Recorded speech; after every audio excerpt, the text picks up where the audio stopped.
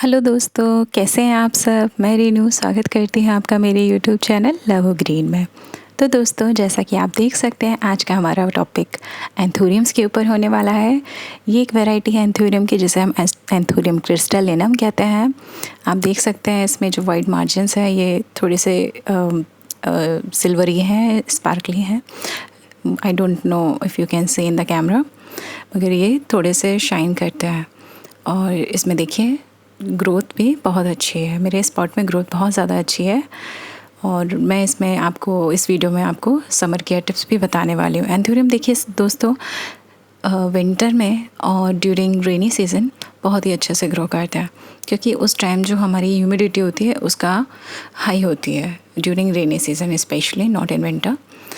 मगर दोस्तों समर में जो हीट वेव्स होती हैं बहुत ज़्यादा होती हैं और इसमें लीफ बर्न होने के, इसके फॉलिजेस बर्न होने के चांसेस बहुत ज़्यादा होते हैं।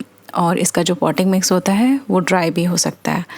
और अगर पॉटिंग मिक्स ड्राई होता है तो आप उसमें ओवर वाटरिंग का भी खतरा हो सकता है, और ओवर वाटरिंग से उसकी रूट रॉट हो सकती है और आपका प्लांट जा सकता है।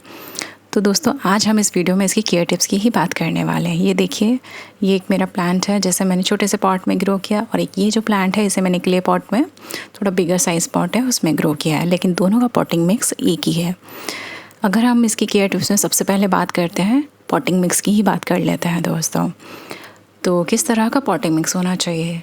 देखिए, मैंने अपने पॉटिंग मिक्स में कुछ भी एक्स्ट्रा यूज़ नहीं किया है, कोई कॉस्टली इंग्रेडिएंट्स यूज़ नहीं किए हैं। ये हमारा सिंपल कोकोनट कॉयर है जो मैंने यूज़ किया है। थोड़ा बहुत मैंने इसमें सैंड और मॉइस्चर रिटेन रखने के लिए राइस हस्क यूज़ किया है, और साथ में वुड चारकोल। तो यही है हमारा सिंपल सा पॉटिंग मिक्स। ये बहुत ही एरी है और इसमें जो इसकी रूट्स होती हैं वो आसानी से ग्रो होती है। तो यही मेरे एक्सपीरियंस कि इस पॉटिंग मिक्स में ये जो एंथूरियम है बहुत ही अच्छे से चल रहा है। ये और एक मेरा एंथूरियम है जो थोड़ा सही हालत में नहीं है, इसे भी मैंने क्ले पॉट में ही यूज़ किया है। और आपका जो पॉट होना चाहिए दोस्तों, आप कोई सा भी यूज़ कर सकते हैं, चाहे वो क्ले पॉट हो, प्लास्टिक पॉट हो, और either ceramic pot. Make sure you have drainage whole.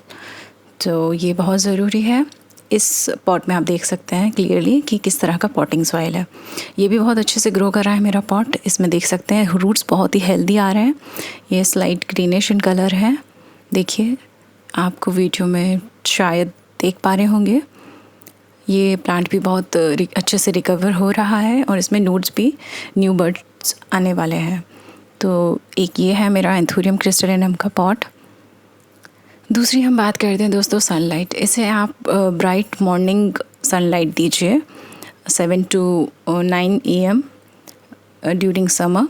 उससे ज़्यादा मत दीजिएगा दोस्तों, वरना इसकी जो लीव्स है वो बर्न हो जाएगी, जैसा कि मेरे स्पॉट के साथ हुआ है।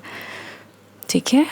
और थर्ड हमारा पॉइंट है, ये देखिए किस तरह का पॉटिंग सॉइल है।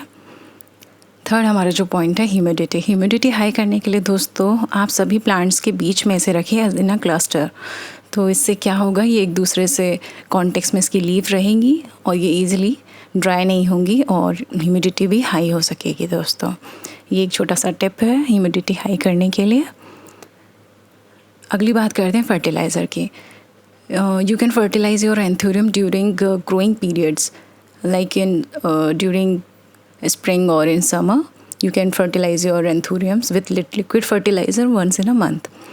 तो बस यही है। थर्ड हमारा जो है वाटरिंग।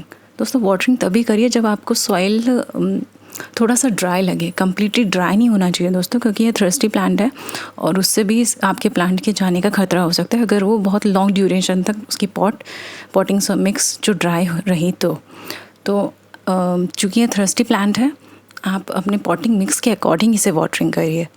किस तरह का आपका पॉटिंग मिक्स है उसी के अकॉर्डिंग हमें इसे वाटरिंग करना है। और थर्ड दोस्तों, अगर इसमें किसी प्रकार का फंगल अटैक हो जाए तो आप फंगीसाइड यूज़ कर सकते हैं अपने वाटर में और फिर उससे स्प्रे कर सकते हैं। मिली बग्स के लिए आप सिनेमन पाउडर यूज़ कर सकते हैं, वो बहुत अच्छा ऑप्शन है।